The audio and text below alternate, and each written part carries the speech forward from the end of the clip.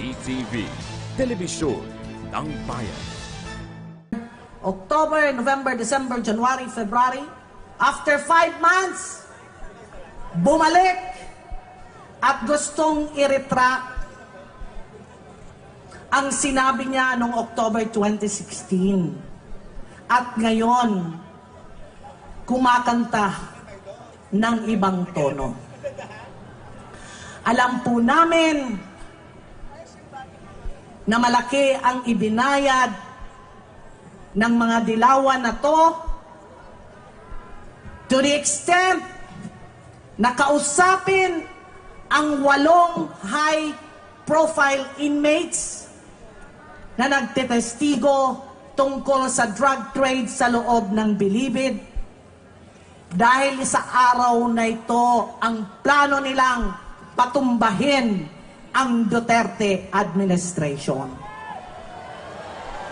Kayo ba ay papayag? 6 na taon si Pinoy. 6 na taon ang kanyang nanay na nagsilbi sa ating bansa.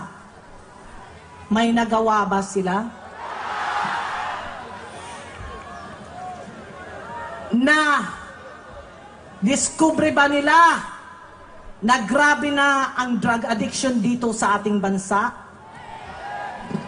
Hindi.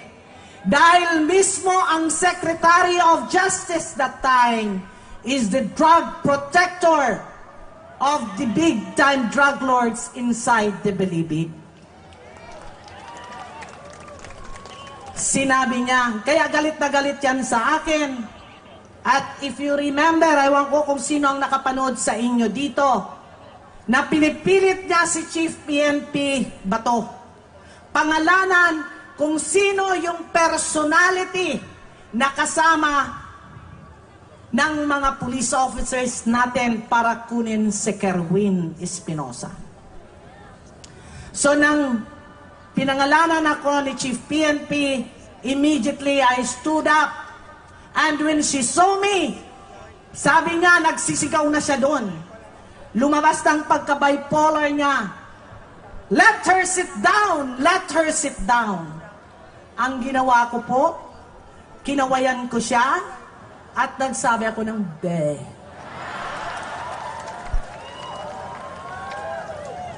Kayo ba ay papayag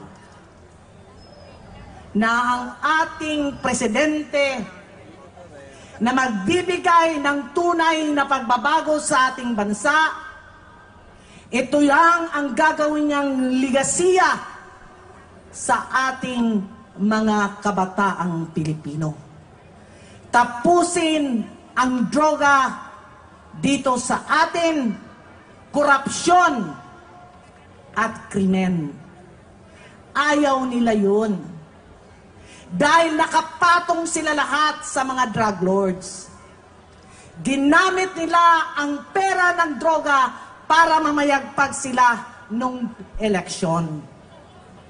Kaya ako nakikiusap sa inyo, mahal kong mga kababayan ngayon, pagdasal po natin ng taimtim ang ating pinakamamahal na Pangulo ng Bansa, President Rodrigo Roa Duterte.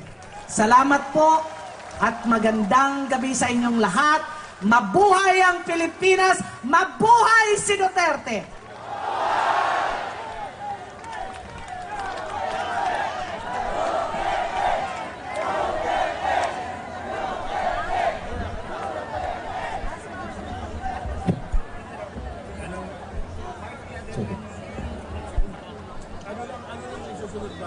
Ang program?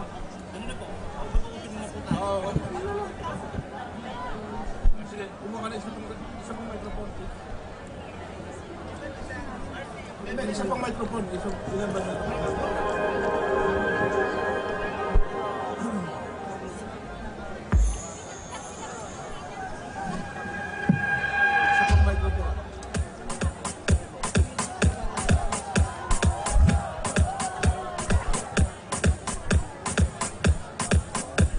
Okay, magandang gabi po sa inyong lahat ulit. Magandang gabi po sa ating lahat. Gising pa ba kayo?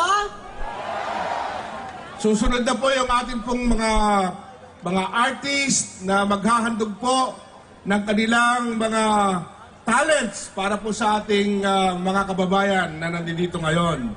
Pero bago siguro natin, Yusek Jan, ituloy yung Yes. ating concert ngayong gabi, gusto ko lang hong linawin sa ating lahat kung bakit tayo naririto.